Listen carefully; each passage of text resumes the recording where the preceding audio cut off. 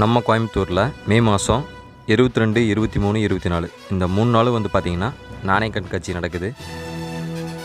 இங்கே பலதரப்பட்ட நாணயங்களும் வெளிநாட்டோட பணத்தாள்களும் இங்கே கண்காட்சிக்கு வச்சுருக்காங்க. அது போக பழங்கால கலைப்பொருட்களும் இங்கே வச்சுருக்காங்க.